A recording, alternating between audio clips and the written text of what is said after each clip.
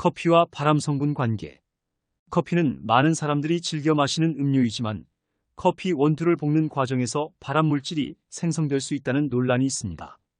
발암 물질 중 하나는 아크릴아마이드라는 화합물로 고기나 생선을 구울 때나 감자튀김을 만들 때도 발생할 수 있습니다.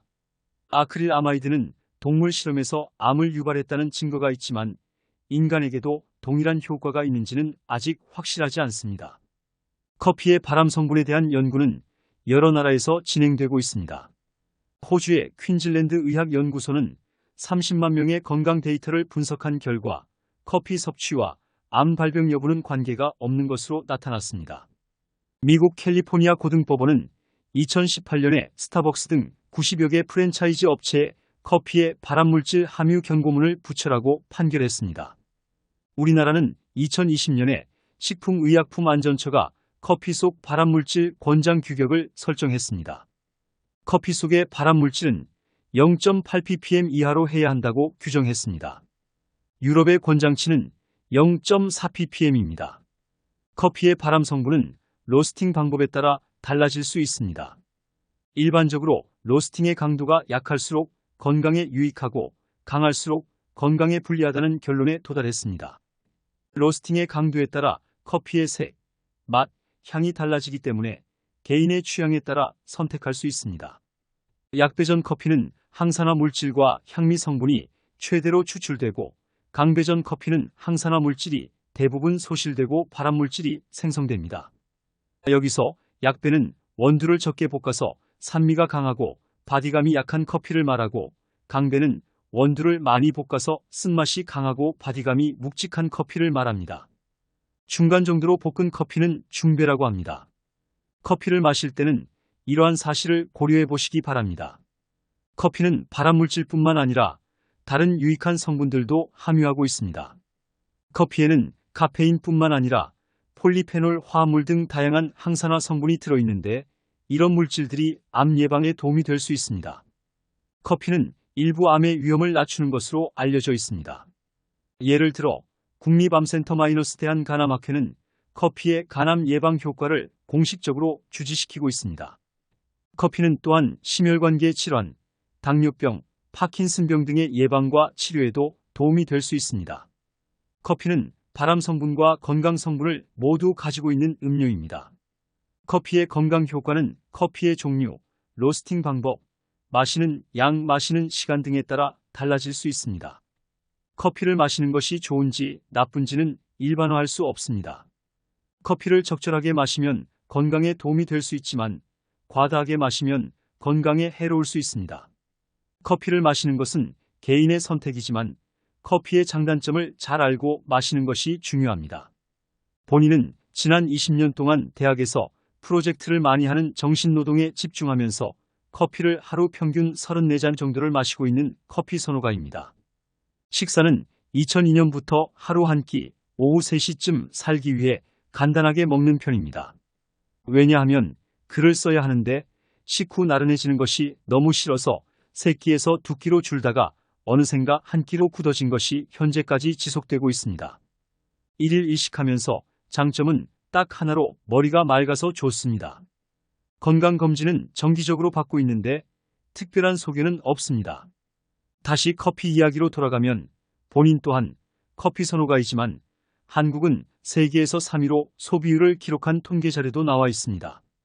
커피를 너무 좋아해서 2011년에 미국 호텔협회 바리스타 자격증을 보유하고 있고 강의도 많이 했던 경력을 갖고 있는데 그린 빈 생두을 커피 로스팅 커피빈 볶기 강도에 따라서 라이터부터 쓴맛이 강한 이탈리안 검정색까지 나누어지는데 라이트 로스팅은 신맛이 강하지만 발암물질 성분이 거의 추출되지 않는데 이탈리안 검정색 커피빈 비는 고온 120도에서 오랜 시간 로스팅, 즉 볶음할수록 발암성이 증명된다는 것입니다. 즉 라이트 로스팅 갈색까지 볶음은 그린빈에 있는 항산화 물질이 파킨슨병, 당뇨, 심혈관계 질환 등을 완화시켜주고 세포 노화를 일으키는 자유 라디컬 UMPAI-레드 분자가 불안정한 상태를 붙잡고 통제하여 노화 속도를 늦춰준다고 합니다. 또 다른 실험 결과를 보면 40만 명 표본을 추출하여 13년간 실험을 통해서 커피를 하루 34잔까지 마시는 사람의 수명이 전혀 안 마시는 사람보다 항산화작용으로 건강하고 장수하는 결과도 보고되었습니다. 그러나 강배전, 헤비로스팅은 고온에서 오랜 시간 볶아서 항산화 물질이 대부분 소실되고 대신 다이아세틸, 아크릴 아미드 같은 발암 물질이 생성되어 탄맛과 쓴맛이 강한 커피는 건강에 매우 나쁘다는 결과가 나왔다. 따라서 내가 먹고 있는 커피가 라이트 로스팅인지 헤비 로스팅인지 구별하는 것은 매우 중요합니다. 로스팅 방식. 커피 로스팅은 커피의 맛과 향을 결정하는 중요한 과정입니다. 커피 로스팅 방법은 크게 세 가지로 나눌 수 있습니다. 직화식 커피콩의 표면에 불이 직접 닿아 로스팅하는 방식입니다. 커피의 개성을 잘 살릴 수 있지만 화력 조절이 어렵습니다. 반열풍식 커피콩의 표면에 불이 직접 닿지 않고 열풍을 이용해 로스팅하는 방식입니다. 균일한 로스팅이 가능하지만 열풍의 온도가 너무 높으면 커피콩이 탈 수 있습니다. 열풍식 강하고 뜨거운 열풍으로만 로스팅하는 방식입니다.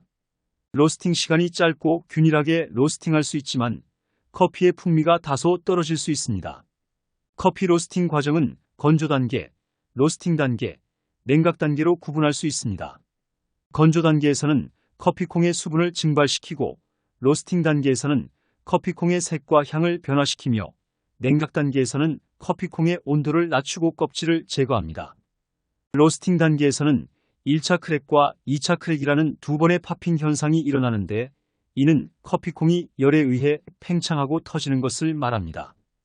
1차 크랙은 커피콩이 라이트 로스트가 되는 시점이고 2차 크랙은 커피콩이 다크 로스트가 되는 시점입니다. 로스팅의 정도에 따라 커피의 풍미와 카페인 함량이 달라집니다.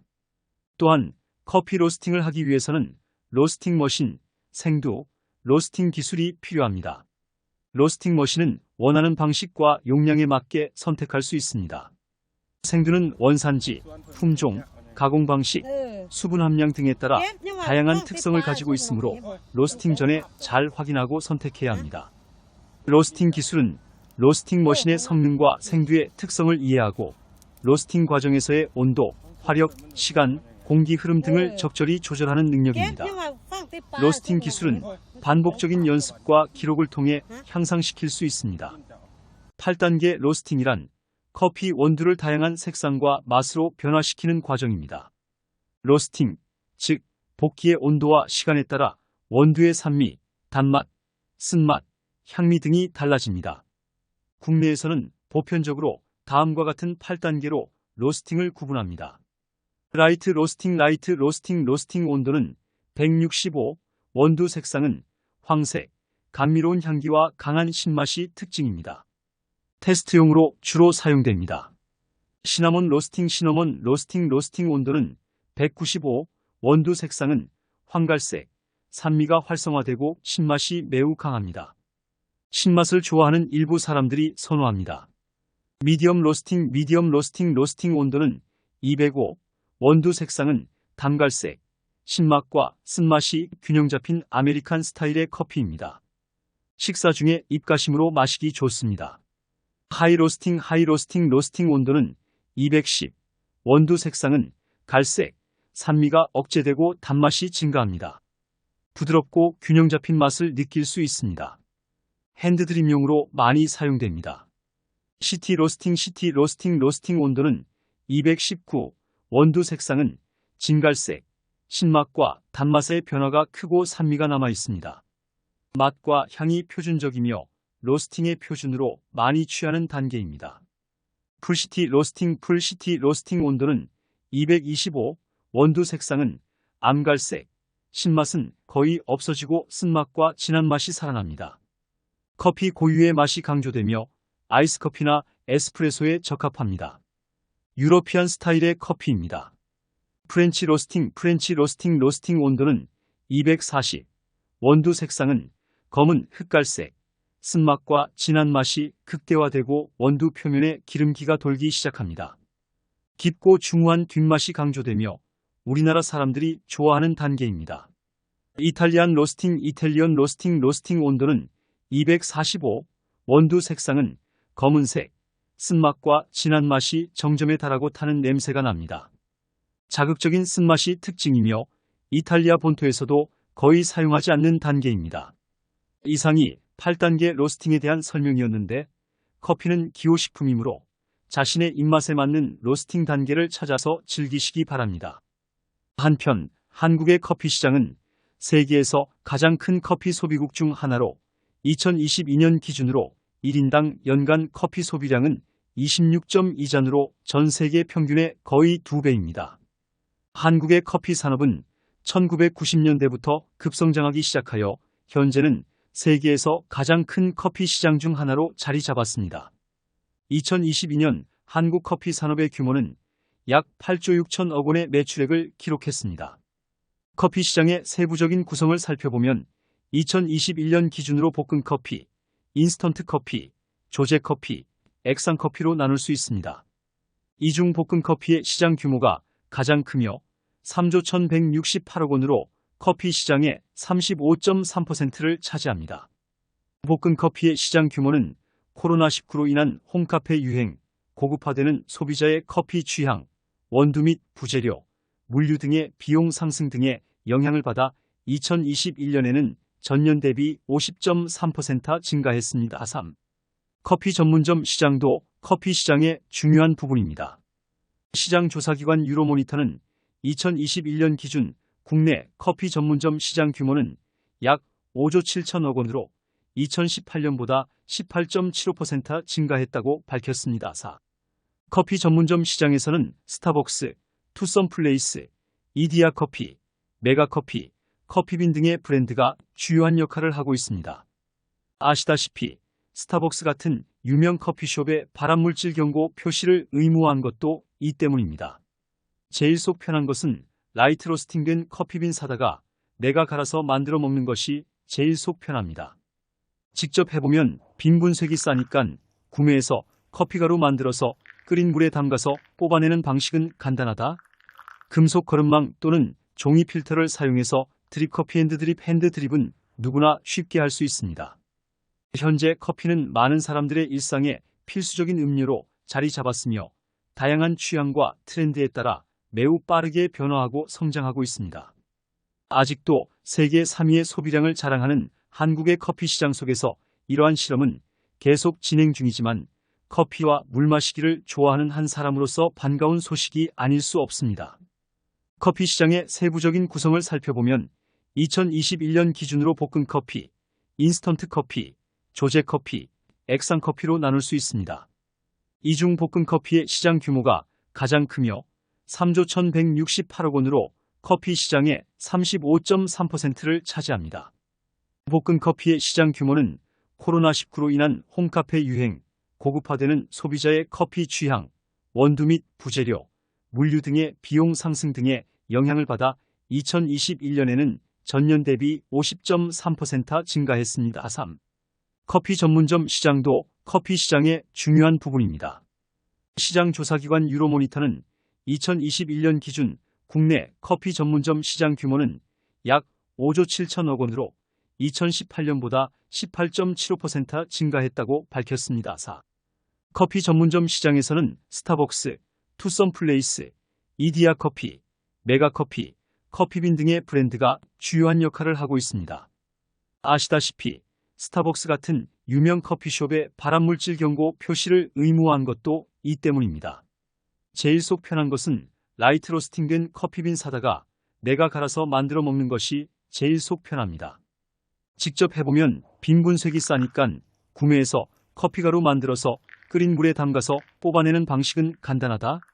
금속 거름망 또는 종이 필터를 사용해서 드립커피 핸드드립은 누구나 쉽게 할 수 있습니다. 현재 커피는 많은 사람들의 일상의 필수적인 음료로 자리 잡았으며 다양한 취향과 트렌드에 따라 매우 빠르게 변화하고 성장하고 있습니다. 아직도 세계 3위의 소비량을 자랑하는 한국의 커피 시장 속에서 이러한 실험은 계속 진행 중이지만 커피와 물 마시기를 좋아하는 한 사람으로서 반가운 소식이 아닐 수 없습니다.